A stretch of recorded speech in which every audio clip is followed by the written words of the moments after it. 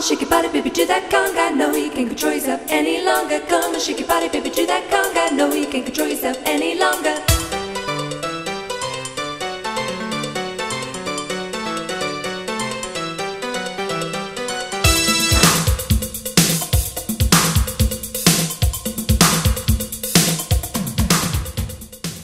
Mon métier consiste à amener au public d'Asnières le maximum de spectacles, le maximum de variétés pour qu'il reste dans sa ville. Ça, c'est la partie émergée de l'iceberg. Et puis la deuxième partie, eh bien, ça consiste à gérer des spectacles, à choisir des spectacles. Il y a une direction artistique et une direction administrative.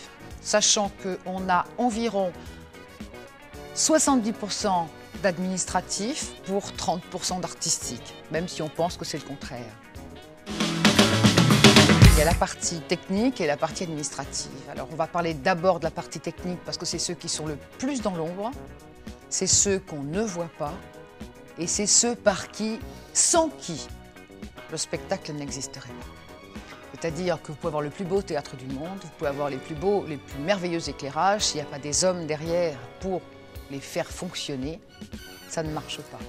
Donc, alors il y a d'abord un régisseur général qui est comme un directeur technique, qui a toute la partie, comment dirais-je, technique sur les épaules.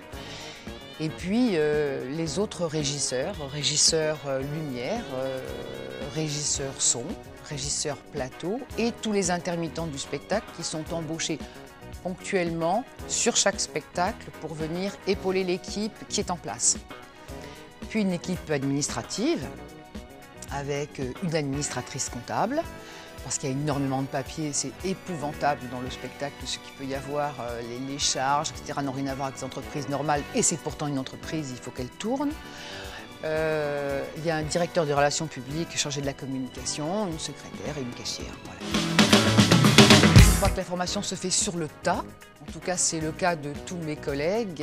À l'heure actuelle, nous sommes en France 400 directeurs au maximum. Donc vous comprenez bien que faire une école ou une filière pour former 400 personnes sur la France, c'est vraiment ridicule. Et le ministère de la Culture cherche quand même certains moyens de nous juguler.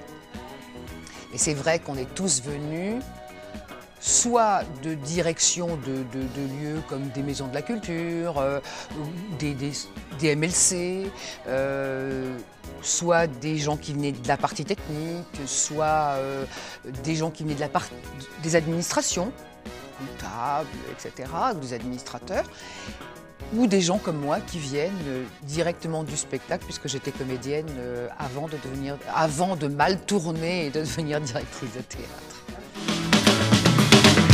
Le choix, c'est un choix qu'on doit faire en fonction du public qu'on connaît. C'est-à-dire qu'on doit avoir un très grand respect du public, ne jamais lui présenter de choses de mauvaise qualité, ça c'est pareil, indispensable, et présenter toujours le meilleur dans le style que l'on a choisi. Quelqu'un peut ne pas aimer un style de spectacle, mais il ne peut pas, en sortant du lieu, dire que c'était mauvais. Aller voir les spectacles, savoir voir comment on les ressent soi-même, mais ne pas les voir en tant que personne individuelle, mais en tant que directeur.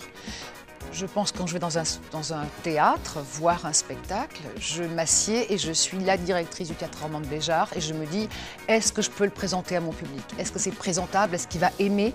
Est-ce qu'il va fonctionner? Est-ce qu'il va aller? Et si j'aime pas, en tant que directrice, je laisse Christiane regarder le spectacle et à ce moment-là, je passe une très très bonne soirée. Mais la soirée doit être bonne pour le public, non pas pour moi.